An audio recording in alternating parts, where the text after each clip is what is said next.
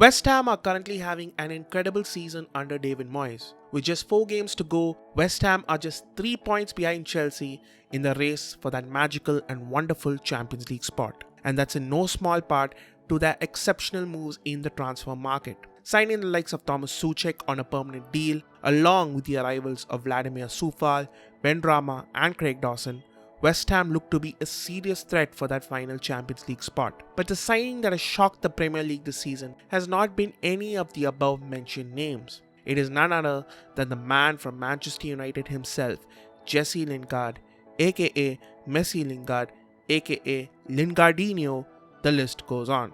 Jesse Lingard is currently in the form of his life, scoring 9 goals in 12 games with a goal every 118 minutes, which is 0.8 goals per game with an XG of 4.84, which is 0.4 XG per 90.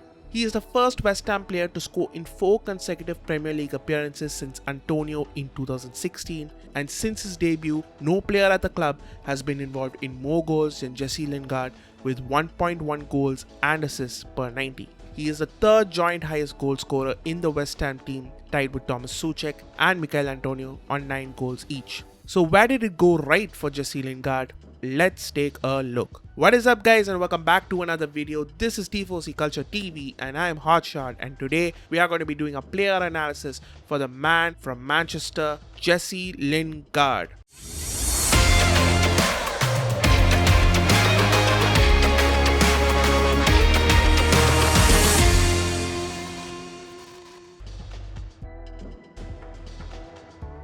West Ham are primarily a counter-attacking team. They sit joint 3rd in the league with the most number of counter-attacking goals scored with 6, and Lingard has contributed to that with 3 goals scored on the counter himself. The average position in the league is 43.9%, which is the 5th lowest in the league, and Lingard is the main outlet to initiate the counters, and that generally plays into his strengths in that he is direct and always forward thinking with his passing and dribbling and his pace. Now let's look at his key strengths and how they are being utilized in this West Ham team. Firstly, his passing. His passes into the final third per 90 is 3.05, which is ranking 5th in the West Ham side. His completed passes into the 18-yard box per 90 is 1.19, ranking 4th in the West Ham side, and his progressive passes per 90 is 3.47, which is ranked 4th in the side. His dribbling is also one of his key strengths. He ranks 3rd in the side for his progressive carries per 90 with 7.29 and 1st in the side with carries into the final third per 90 with 2.97. His progressive distance per 90 is 150 yards, which is ranked 2nd in the side. And also, he is the most accurate shooter in the side with the most number of shots on target per 90 with 1.53 shots on target per game. West Ham don't typically take that many shots in a game with 11.7 shots, which is 11th in the league. So they need whatever shots they can take to be on target. And looking at this pick from The Athletic, we can see that he ranks among the top 100 Premier League players in terms of top speed, sprints, sprinting distance and high intensity runs.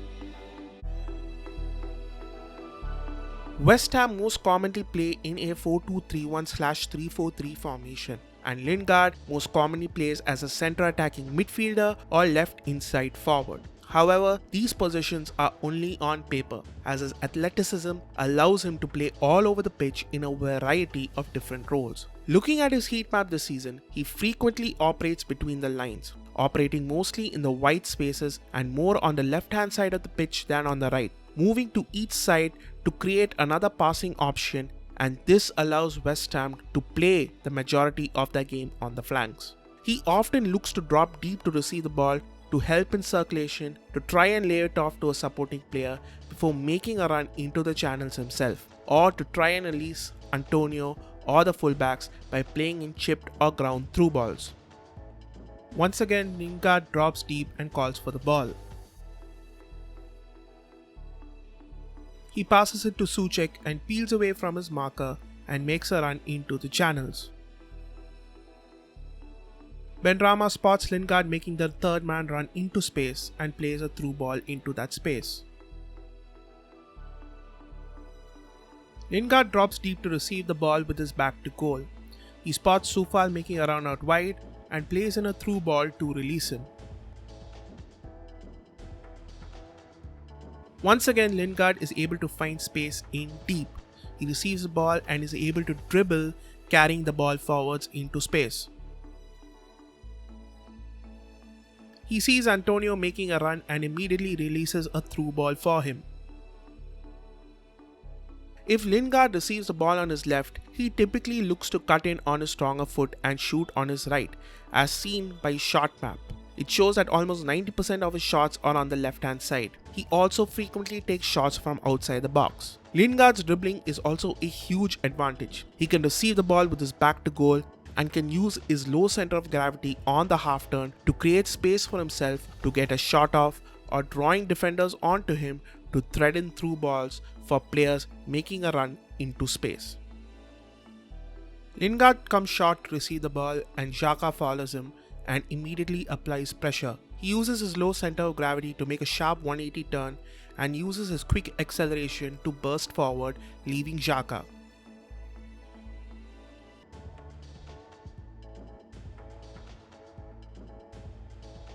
Lingard is about to receive the ball and Ndidi immediately steps out to press him. Lingard is quickly able to take out Ndidi on the half turn and run into the space. Lingard is about to receive the ball and is aware of Fernandinho about to close him, so he receives the ball on the half turn into space away from him. One of Lingard's most underrated qualities is his movement, and using his movement to create space for himself and his teammates. His movement constantly draws the opposition defenders who try to mark him out of position by dropping deep or moving out wide, and allowing his teammates space to receive the ball in the central corridors for players to run into. Lingard's movement draws stones out of position, thereby creating space for Fornals to make a run into. Lingard sees Fornals making a run and threads in a through ball. Lingard moves out wide, and this draws the number 6 out of position trying to mark him, and this creates space for Antonio to drop deep and receive the ball played by Souček. Antonio is able to receive the ball, but the Villa defender does a good job of pressing him and winning the ball back. Lingard looks to drop deep outside of the penalty area where there's space, anticipating the cross from out wide. Ndombele checks his shoulder and sees Lingard free and moves to cover him. As soon as he moves to mark him, Fornals makes a run into the space left by Ndombele. Dyer leaves Antonio to deal with Fornals making a run to the near post, and as a result, Antonio is free to head the ball and follow through on the rebound. His awareness allows him to identify pockets of space, and he moves into that space to receive the ball and to try and influence the game in those areas. Lingard's spatial awareness was one of the main reasons West Ham scored the equalizing goal against Manchester City. His spatial awareness allowed him to find pockets of space such as this. He receives the ball and lays it off for Fornals and immediately makes a run into the channels, and hence the counter is on. He is able to anticipate the space being opened up towards the front post and quickly changes his direction, making a double movement run into that space. He takes a first time shot but scuffs it. Fortunately, it falls to Antonio and West Ham equalize.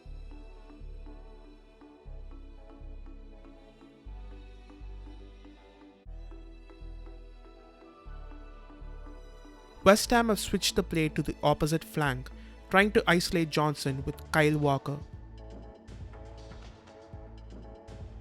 City's defensive organization is stretched, hence pockets of space have opened up. Lingard is aware of the space that has opened up and immediately makes a run into that space. He is able to receive the ball and has a time and space to cut in and take a shot. Lingard is able to use his space and spatial awareness to identify the gaps between the defensive lines and make darting runs into those spaces as well as the channels. He typically makes diagonal runs outward to inward and targets the channels, most commonly the channels between the fullback and the centre back. Lingard is starting from a wide right position and he sees Stones moving out to the opposite flank to deal with the overload, and hence a gap is being formed and he immediately makes a run into the channel. Once he realizes that the cross is on, he changes his pace and makes a blindside run into the channel. He will also try and use his pace to get in behind the fullback and making runs behind him, anticipating a through ball.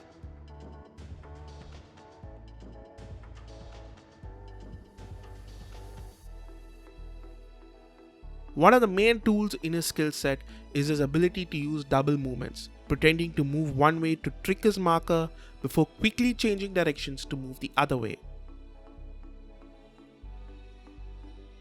West Ham are on the counter and Lingard makes a run to the outside, tricking the defender to move out of position, thereby opening a gap in the defensive line. He now makes a double movement, quickly changing his direction and moving into the gap between the two defenders.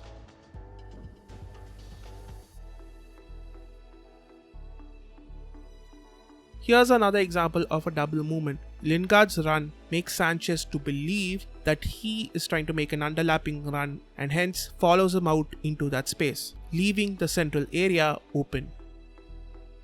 Lingard checks his shoulder and sees the space behind Sanchez and quickly changes his direction to move into that space.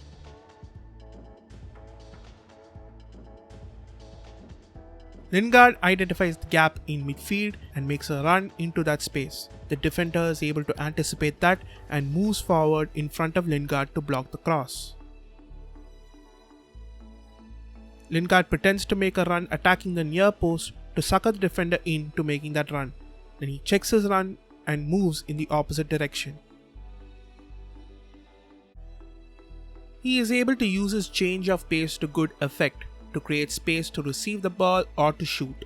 If he is tightly marked by the opposition DM, he can decelerate and drop off as his marker moves forward and can even change direction and move into space wherever it's available. He can then receive the ball and either carry it forwards or can take a shot off. Lingard makes a run into the box and he is followed hot on his heels by Thomas Partey. So he decelerates and allows Partey to move forward into the box while he stays outside on the edge of the box. And as a result of this, Lingard is in space once again outside the penalty area and he calls for the cross. Antonio delivers, he takes a touch and bam, goal.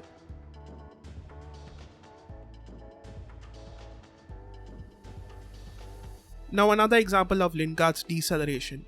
He starts to make a run into the box, but Ndidi notices this and starts to follow him. So he decelerates and allows Ndidi to move forwards, and then he changes direction to move into the space outside the edge of the box.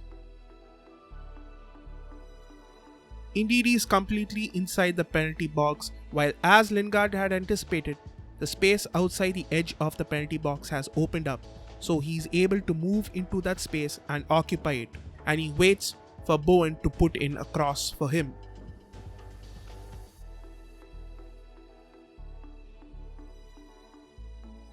As mentioned earlier, Jesse Lingard is one of the main outlets of the side during transition. He has the ability to pick the ball up from deep and dribble past players. His 1.61 successful dribbles per 90 is ranked 5th in the side, and it is a testament to how influential Lingard is on the counter.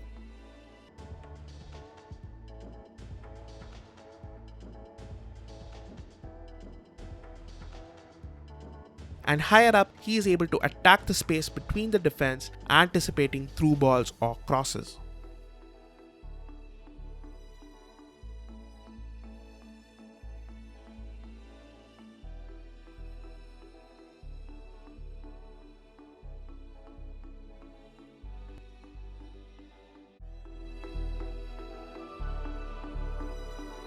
Having Lingard playing up top means that West Ham are able to defend from the front, and he is key in forcing opposition turnovers to start counterattacks. He ranks first in the side with the amount of pressures applied per 90 with 21, and second in the side with the amount of successful pressures applied per 90 with 4.38. When playing alongside Antonio, he typically stays close to the number 6 or the deepest midfielder, thereby cutting off the opposition's progression of the ball into the midfield.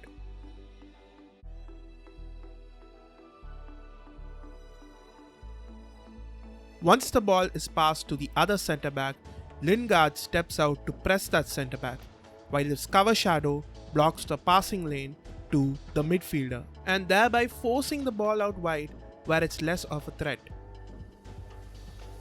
His main pressing triggers are sideways passes as well as back passes to the centre-back or the goalkeeper.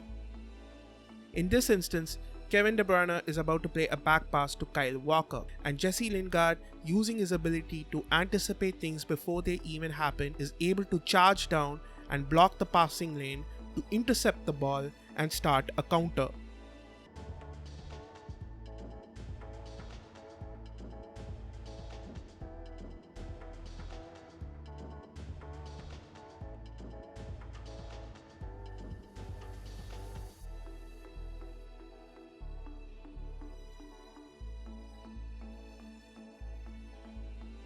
He is also willing to track back to help out his teammates whenever they are caught out of position when pressing.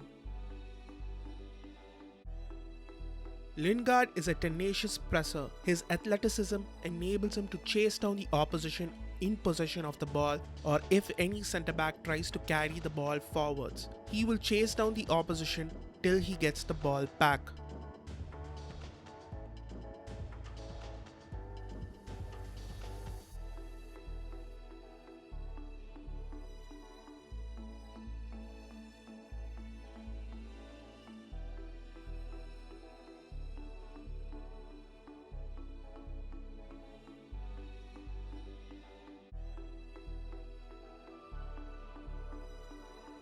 Lingard also leads from the front by coordinating the press, commanding his teammates to join in the press whenever needed.